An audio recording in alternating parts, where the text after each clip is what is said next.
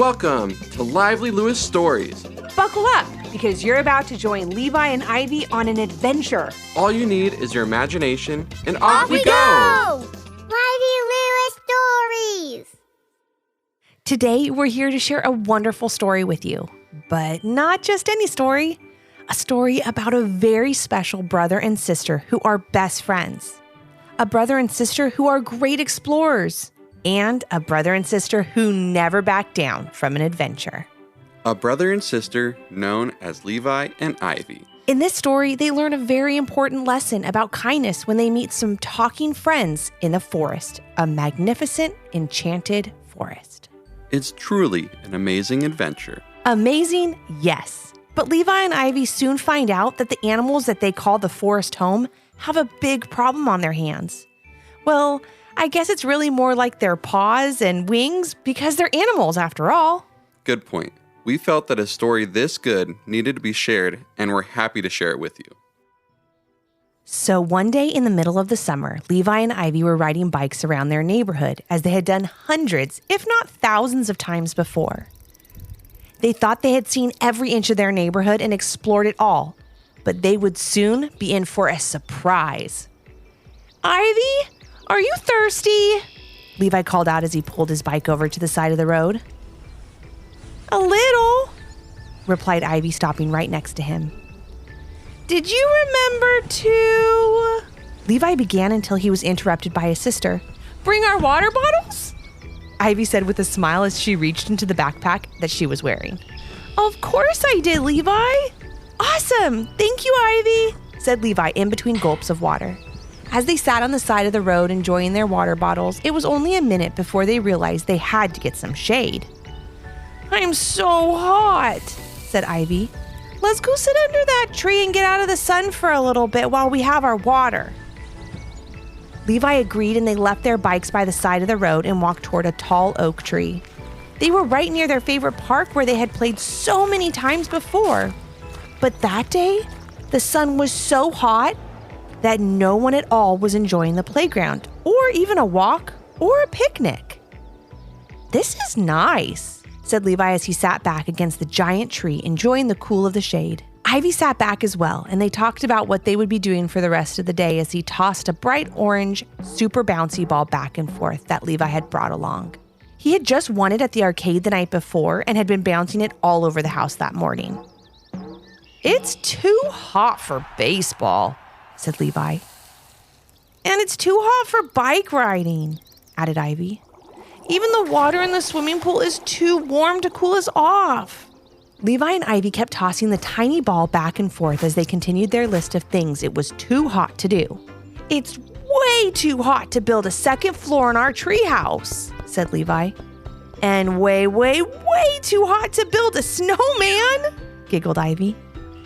Levi started to laugh too, and as he did, he lost sight of the bouncy ball as Ivy threw it to him. My bouncy ball, called out Levi as he jumped up and watched the bright orange ball bounce toward a large row of evergreens and disappear through the thick branches. I'm sorry, Levi, said Ivy as she hopped up too. Let's go get it. But it's way under those huge trees now. We'll never find it, said Levi. Don't say that. Because you know what it's not too hot for? Ivy said with a smirk on her face. An adventure! Levi looked at her and began to smile too. You're right, he said. Let's do it. Levi and Ivy walked toward the towering trees and knelt down to look underneath them, hoping the bouncy ball would be right there. However, what they saw next was something they would never forget. Levi was the first one to see and jump back, calling out to Ivy. Oh my goodness! Levi shouted as he flew back and landed on the ground. What? What is it? Ivy called out as she quickly moved closer to the trees to have a look for herself. That's when she found herself nose to furry nose with a squirrel. Well, aren't you cute? Said Ivy, giving her little critter its space, but definitely wanting to say hello. What were you so afraid of, Levi? It's just a cute little squirrel. I wasn't afraid, said Levi, quickly scurrying back over to Ivy. I was surprised and amazed. Why don't you ask that squirrel what made me jump? Ask the squirrel, Levi. Like it's going to answer me? Laughed Ivy, turning back toward her new furry friend. Well, of course I'd answer you if you asked me a question. It would be rude if I didn't, chattered the little squirrel. Ivy immediately jumped back, just as Levi had. A talking squirrel? Exclaimed Ivy. What's going on here? So now we have two kids who love an adventure meeting a talking squirrel. Sounds like the start of something special, right? It didn't take long for Levi and Ivy to introduce themselves and to ask the squirrel a million questions. And who could blame them, right? I know I'd have a question or two for a talking squirrel. Let's see. Like, what's your name? What are you doing here? Do you live under those giant trees? Do all animals that live here talk? Have you seen a bright orange bouncy ball? On and on went Levi and Ivy asking question after question until the little squirrel politely shouted, "Stop!" "I'm sorry, friends, but that's a lot of questions," said the little squirrel. "Let me try to answer a few. My name is Charlie. I'm here because I heard you both talking and I thought you may be able to help me. I don't live under these trees. I live in an enchanted forest just on the other side. Yes, all the animals that live in the enchanted forest talk, but I mean they are animals, so there's also the occasional hoot, growl, ribbit, chirp, and other animal chatter. And yes, I have seen a bright orange bouncy ball. It bounced right by me as I heard you talking." That was a lot of information for anyone to take in. Not to mention the fact that it was all being said by a talking squirrel. Levi and Ivy were still taking it all in when Charlie asked, "Can you help me? Actually, all of the animals in the enchanted forest need your help." Levi and Ivy were beyond curious to know what they could possibly help with in an enchanted forest. So, when Charlie asked that they follow him through the giant evergreen trees, they went along without delay. Now, this is where the story gets interesting. Wait a minute. You think the story gets interesting now? Did you miss the whole part about the talking squirrel? That was pretty interesting. It absolutely is. But you know what could make it even more interesting? A troll. Oh, okay. You're right. Levi and Ivy chased after Charlie as he scurried over fallen logs covered in red and white toadstools, through little streams filled by dazzling waterfalls, and into a clearing that was sparkling with sunlight. It was truly a magical place, but you wouldn't know it by the way the animals there were acting. They were huddled together in a little group, insects crowded behind tree leaves, while chipmunks, skunks, and foxes hid under bushes. Birds peeked out of their nests cautiously, and snakes slithered quickly into the long grass. "Everyone, don't be scared, it's just me," shouted Charlie in a whisper. "This is Levi and Ivy. They're friends and I think they can help us." One by one, the animals quietly emerged from their hiding places. "Are you sure it's safe?" questioned a blue jay from high up in a tree. Really safe?" added a nervous hedgehog. "Trust me, it's safe. Please come out so we can tell our new friends how they can help us save the enchanted forest," called out Charlie as he looked over his shoulder. He seemed to be watching for something, but Levi and Ivy didn't know what just yet. As the animals started to gather around Levi and Ivy, Charlie finally gave them the answer to the question they were both asking themselves. "What do you need help with?" "Levi and Ivy, we have a problem to deal with. A very big problem," shared Charlie. "What kind of problem?" asked Levi, sounding a little worried. "It's a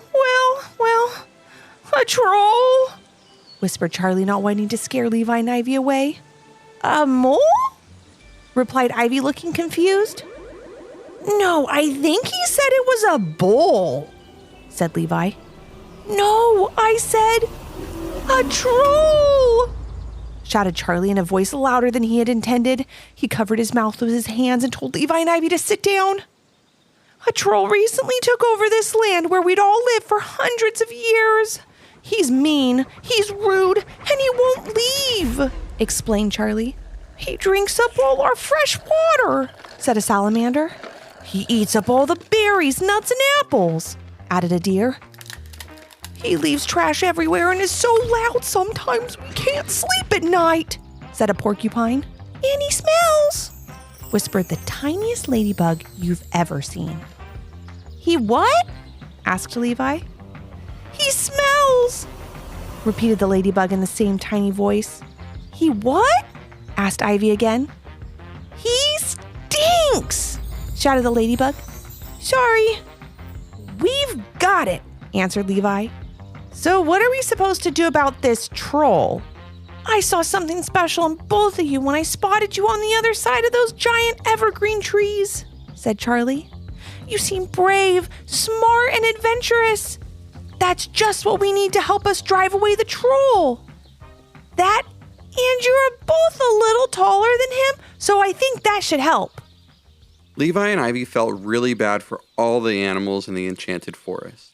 They looked so sad to have a place they loved and called home taken over by someone who didn't care about it or them at all. We're really sorry, began Ivy, but we've never had to deal with a troll problem before, so we don't quite know what to do. The closest thing that I've had to deal with was a new girl at school who was being a bit mean to me because she wanted to hang out with my friends. Well, I would find out by talking with her that she was just jealous of me. That's why she was acting out. Said Charlie. Did you ever get her to be nice to you? Yes, answered Ivy with a smile. I remember I invited her to sit with all of us at lunch. We talked and learned we had a lot in common. She realized it was better to be friends with me and all my friends rather than to be rude to me and push me out of the group. Now we're all friends and everyone's happy. Wait a minute, said Levi. Do you think that would work with the troll? Do you think we could change the way he acts by treating the situation with kindness? Wow, that sounds like a great idea. It's like Mom and Dad always say, kindness and compassion are always a good place to start, said Ivy. That sounds like a great plan, replied Charlie, looking hopeful. So what do you say? Will you help us? Of course, exclaimed Levi and Ivy together. Then they sat down with Charlie and a few other animals and came up with a plan to share kindness and compassion with the troll and see if that would help. Levi and Ivy had a lot of work to do in the enchanted forest, but together they knew they could accomplish anything. And with Charlie and the other animals by their side and the beauty of the enchanted forest all around, they felt like anything was possible. Possible maybe, but not easy. So many questions to answer. What will happen as Levi and Ivy venture further into the forest? Will they defeat the mean troll? Will kindness and compassion win? Will they make it home in time for dinner? Will Levi ever get his bright orange bouncy ball back? These and more questions will be answered as the tale of the Kindness Forest continues.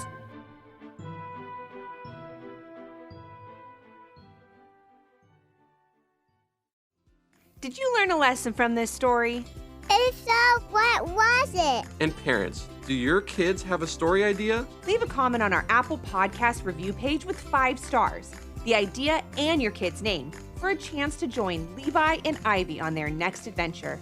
Until next time. Thanks for listening. Come back for more.